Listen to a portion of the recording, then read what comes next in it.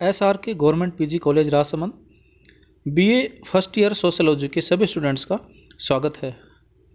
Students, आज हम paper first introduction to sociology, इसके टॉपिक सामाजिक परिस्थिति के प्रकार, काइंड्स ऑफ सोशल स्टेटस, इस पर अध्ययन करेंगे। सामाजिक परिस्थिति का अर्थ और परिभाषा ये हमने पिछले वीडियोज में अध्ययन किया था, और इसके बाद सामाजिक परिस्थिति के प्रकार। सामाजिक परिस्थिति मुख्य रूप से दो प्रकार की होती है, प्रदत्त परिस्थिति और अर्जित परिस्थिति। अब हम प्रदत्त परिस्थिति और अर्जित परिस्थिति क्या है इसको देखेंगे, और प्रदत्त परिस्थिति और अर्जित परिस्थिति के निर्धारण के कौन कौन से आधार, अर्थात किन किन आधारों पर इनका निर्धारण होता है, ये सब आज की क्लास में देखेंगे। तो सबसे पहले प्रदत्त परिस्थिति और इसके निर्धारण के आधार। प्रदत्त परिस्थिति, समाज में कुछ परिस्थितियां ऐसी होती हैं जो व्यक्ति के गुणों पर ध्यान दिए बिना उसको स्वतः ही प्राप्त हो जाती हैं, और ये परिस्थितियां व्यक्ति को किसी परिवार विशेष में जन्म लेने या परंपराओं के कारण आदि कारणों से ये प्राप्त होती हैं, और बच्चे को उस समय प्रदान कर दी जाती हैं जब उसके व्यक्तित्व के बारे में समाज को कुछ भी ज्ञान नहीं होता।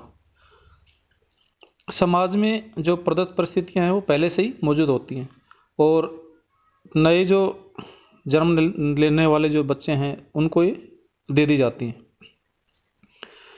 विश्व के सभी समाजों में इस प्रकार की परिस्थितियां पाई जाती हैं, और प्रदत्त परिस्थिति पर व्यक्ति का अपना कोई भी नियंत्रण नहीं होता। जैसे किसी का स्त्री होना या पुरुष होना, बालक होना या युवा होना, और कद लंबा या छोटा होना, सुंदर या कुरूप होना, ये सब क्या होता है, व्यक्ति के नियंत्रण से दूर होते हैं। ये व्यक्ति के स्वयं के हाथ में नहीं होते। लिंग भेद, आयु, नातेदारी, प्रजाति, जाति, वेद अवैध संतान, परिवार में बच्चों की कुल संख्या, गोद लेने और माता पिता की मृत्यु, विवाह विच्छेद आदि के आधार पर प्राप्त परिस्थितियां प्रदत्त प्रकार की होती हैं। आधुनिक समाजों की तुलना में आदिम और जो परंपरागत समाज होते थे उनमें प्रदत्त परिस्थितियां अधिक पाई जाती थी। कहने का तात्पर्य यह है कि जो प्रदत्त परिस्थिति है वो व्यक्ति को प्रदत्त परिस्थिति को प्राप्त करने के लिए स्वयं प्रयास नहीं करने पड़ते, अर्थात उसके गुणों का उसमें कोई महत्व नहीं होता, वो उसको स्वतः ही समाज से प्राप्त हो जाती है। अब प्रदत्त परिस्थिति के निर्धारण के कौन कौन से आधार हैं।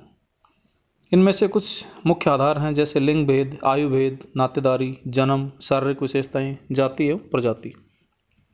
तो सबसे पहले लिंग भेद। लिंग भेद किस प्रकार से प्रदत्त परिस्थिति के निर्धारण के आधार में शामिल है। लिंग भेद का मतलब है महिला और पुरुष की परिस्थिति और भूमिकाओं में अंतर। तो जैसा कि समाज में हम देखते हैं कि दोनों की परिस्थिति में अंतर पाया जाता है। हालांकि वर्तमान की हम बात करें तो ये लिंग भेद के आधार पर परिस्थिति को नहीं आंकना चाहिए, क्योंकि महिला और पुरुष की जो भागीदारी है समाज में, और जो उनकी परिस्थिति और जो पद है सामाजिक रूप से, वो बराबर होना चाहिए, और उसमें भेद नहीं करना चाहिए। मगर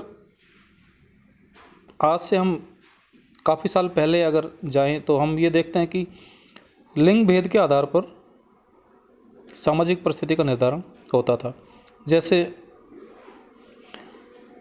सभी जो संस्कृतियां थी पहले, उनमें ये देखा जाता था कि जो स्त्रियां हैं उनको कमज़ोर समझा जाता था, कोमल और भावुक और समझा जाता था। और जो भारत है तो भारत में भी जो सामाजिक रूप से स्त्रियों की परिस्थिति वो पुरुषों से नीचे रहती थी। उन्हें एक तरह से अबला, दासी या फिर संपत्ति की तरह ही समझा जाता था। इसी कारण स्त्रियों को उच्च शिक्षा और व्यवसाय से दूर रखा गया था और उनको संपत्ति और जो उत्तराधिकार, राज्य अधिकार इनसे वंचित रखा जाता था और उन्हें पुरुषों के अधीन रखा गया था। दूसरी तरफ जो पुरुष होते थे उनको एक तरह से साहस, वीरता का प्रतीक, शौर्य का प्रतीक माना जाता था। और यही कारण है कि जो स्त्रियाँ हों, छोटे मोटे जो घरेलू काम थे, जैसे बर्तन बनाना, खाना बनाना, सिलाई वगैरह करना, बच्चों का पालन पोषण करना, इसी प्रकार के कार्य उनको दिए जाते थे। जबकि जो पुरुष होते थे वो इस प्रकार के कार्य नहीं करते थे। तो पुरुष उसी तरह के कार्य करते थे जिनमें शारीरिक शक्ति और साहस की आवश्यकता होती थी और स्त्री को इस काम के लिए कमज़ोर समझा जाता था। तो इस प्रकार से लिंग भेद के आधार पर उनकी सामाजिक परिस्थिति का निर्धारण होता था। मगर वर्तमान में इस तरह की सोच बदली है और अब महिला और पुरुष लगभग सभी क्षेत्रों में बराबर कार्य करते हैं और सभी क्षेत्रों में उनको लगभग बराबर अधिकार दिया जाने लगा है। आयु भेद, आयु भेद के आधार पर भी परिस्थिति का निर्धारण होता है। जैसे बच्चों की तुलना में जो वृद्ध लोग होते हैं समाज में, उनको अधिक सम्मान दिया जाता है, उनको अधिक इज्जत दी जाती है, क्योंकि उनके पास जीवन का अनुभव होता है और उस अनुभव के आधार पर उनकी एक पहचान होती है समाज में और लोग उनको अधिक इज्जत से देखते हैं। इस तरह से उनकी जो परिस्थिति होती है वो बच्चों और युवाओं की अपेक्षा बड़ी होती है। नातेदारी, व्यक्ति को नातेदारी के आधार पर भी अनेक परिस्थितियाँ प्राप्त होती हैं। एक व्यक्ति का अपने माता पिता से संबंध होता है, उनसे संबंधित होने के कारण ही वो अनेक परिस्थितियाँ प्राप्त करता है। नातेदारी से संबंधित जो परिस्थितियाँ प्रदत्त प्रकार की होती हैं, क्योंकि हम हमारे माता पिता, भाई बहन का चयन नहीं करते हैं। नातेदारी जीविकी और सांस्कृतिक दोनों ही जो तथ्य हैं उनका मिश्रित एक रूप होता है। समाज में हमें कई पद माता पिता के द्वारा प्राप्त होते हैं। हम अपने माता पिता का वर्ग, धर्म और कभी कभी व्यवसाय भी ग्रहण करते हैं। भारत में जाति का आधार जन्म से ही है। माता पिता, भाई बहन, चाचा और जो दूसरे रिश्ते हैं जैसे साला, जीजा, दादा दादी, सास ससुर आदि सभी परिस्थितियाँ नातेदारी के आधार पर ही तय होती हैं। कि नातेदारी होती है तो उसके आधार पर ये सब परिस्थितियाँ मिलती हैं। नेक्स्ट है जन्म। व्यक्ति का जन्म किस परिवार और किस जाति प्रजाति में हुआ, इस आधार पर भी परिस्थिति का निर्धारण होता है। जो शाही घराने और उच्च जाति में जो जन्म लेने वाले जो व्यक्ति हैं, उनकी जो सामाजिक परिस्थिति है वो निम्न परिवारों और निम्न स्तर के जो लोग हैं उनकी तुलना में ऊंची होती है। शारीरिक विशेषताएं, कई जो परिस्थितियां व्यक्ति को उसकी शारीरिक विशेषताओं के आधार पर भी मिलती हैं। जैसे काले और कुरूप जो व्यक्ति होते हैं उनकी तुलना में जो गोरे व्यक्ति या सुंदर व्यक्ति या फिर निर्बल की तुलना में जो शक्तिशाली, बलशाली व्यक्ति और बीमार या फिर कोई शारीरिक अक्षमता वाला व्यक्ति या अपंग व्यक्ति की तुलना में जो स्वस्थ है, जो सक्षम व्यक्ति है, जो शारीरिक रूप से स्वस्थ है, सभी प्रकार से उसकी जो पर्सनैलिटी बहुत अच्छी है, तो उसकी जो सामाजिक परिस्थिति है वो तुलनात्मक रूप से ऊंची होती है। तो इस प्रकार से शारीरिक विशेषताएं भी सामाजिक परिस्थिति का निर्धारण करती है। जाति और प्रजाति, भारत में जाति व्यक्ति की परिस्थिति निर्धारण का एक आधार रहा है। ऊंची जातियों जैसे जो जिनको पहले समझा जाता था, ऊंची जातियाँ ब्राह्मण, क्षत्रिय, वैश्य और शूद्र, ये वर्ण व्यवस्था का एक आधार था। तो इसमें क्रम से इनका एक सामाजिक परिस्थिति का निर्धारण होता था। पहले ब्राह्मण, फिर क्षत्रिय, उसके बाद वैश्य और शूद्र। और शूद्र और अछूत जाति में जन्म लेने वाले से इनकी परिस्थिति ऊंची समझी जाती थी। मगर इस ट्रेंड में भी अब जैसे जैसे शिक्षा का प्रचार प्रसार हुआ है और शिक्षा बढ़ी है, वैसे वैसे इसमें परिवर्तन आया है और ये अब उतने स्तर पर नहीं है जो पहले देखी जाती थी। अब परिस्थिति का निर्धारण व्यक्ति की योग्यता और उसकी क्षमताओं से, उसकी नॉलेज से होने लगी है। अब जो ब्राह्मण, क्षत्रिय, वैश्य और शूद्र का जो सिस्टम था ये अब परिवर्तित हो गया है। नेक्स्ट जो परिस्थिति है वो अर्जित परिस्थिति। अभी हमने चर्चा की परिस्थिति और उसके निर्धारण के आधार। अर्जित परिस्थिति, समाज में कुछ परिस्थिति ऐसी हैं जिन्हें व्यक्ति अपने गुण और योग्यता और क्षमता के आधार पर प्राप्त करता है। ये परिस्थितियाँ अर्जित परिस्थितियाँ कहलाती हैं। इसके बारे में हंट जो विद्वान थे, इन्होंने बताया कि एक सामाजिक पद जिसे व्यक्ति अपनी इच्छा और प्रतिस्पर्धा के द्वारा प्राप्त करता है उसे अर्जित परिस्थिति के नाम से जाना जाता है। जैसे अभी जो स्टूडेंट्स हैं वो अपनी एक इच्छा बना लें कि मुझे आगे चलकर ये पद प्राप्त करना है या मुझे ये सरकारी पद प्राप्त करना है, कि मुझे आईएएस बनना है कि या डॉक्टर इंजीनियर बनना है या आरएस बनना है, प्रोफेसर बनना है, टीचर बनना है या कोई दूसरा जो भी उसका एम हो सकता है।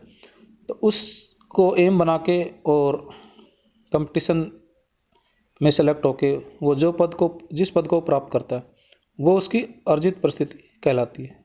तो ये एक सामाजिक पद है जिसे व्यक्ति अपनी इच्छा से और प्रतिस्पर्धा के द्वारा या कंपटीशन के द्वारा प्राप्त करता है। इसे कहते हैं अर्जित परिस्थिति। अर्जित परिस्थितियों के लिए समाज में एक तरह से कंपटीशन या प्रतिस्पर्धा पाई जाती है और जो योग्य और सक्षम व्यक्ति वो इन परिस्थितियों को प्राप्त कर लेते हैं। शिक्षा, व्यवसाय, संपत्ति, विवाह, श्रम विभाजन, इन सभी का संबंध अर्जित परिस्थितियों से होता है। अर्थात इन सब को प्राप्त करने के लिए व्यक्ति को स्वयं प्रयास करने पड़ते हैं। अब है अर्जित परिस्थिति के निर्धारण के आधार। इनमें से है संपत्ति, व्यवसाय, शिक्षा, राजनीतिक सत्ता, विवाह, उपलब्धियां। तो सबसे पहले हम चर्चा करेंगे संपत्ति। व्यक्ति के पद का निर्धारण करने में संपत्ति का एक बहुत ही महत्वपूर्ण स्थान होता है। संपत्ति पर अधिकार होने या न होने के आधार पर व्यक्ति को ऊंची या नीची परिस्थिति प्राप्त होती है। जैसे जो गरीब है तो गरीब की तुलना में जो अधिक अमीर है या पूंजीपति है उसकी जो सामाजिक परिस्थिति है वो ऊंची होती है। आधुनिक युग में जिन लोगों के पास भौतिक सुख सुविधाएं अधिक हैं वो ऊंचे माने जाते हैं और जिनके पास ये सुख सुविधाएं काफ़ी कम मात्रा में हैं तो उनकी सामाजिक परिस्थिति नीचे मानी जाती है। अब मात्र संपत्ति से व्यक्ति की परिस्थिति का निर्धारण नहीं होता, बल्कि ये भी देखा जाता है कि वो संपत्ति किस प्रकार से अर्जित की गई है। जैसे ईमानदार पूंजीपति की जो परिस्थिति है वो कालाबाजारी या फिर अनैतिक तरीके से धन कमाने वाले लोगों की तुलना में ऊंची होती है।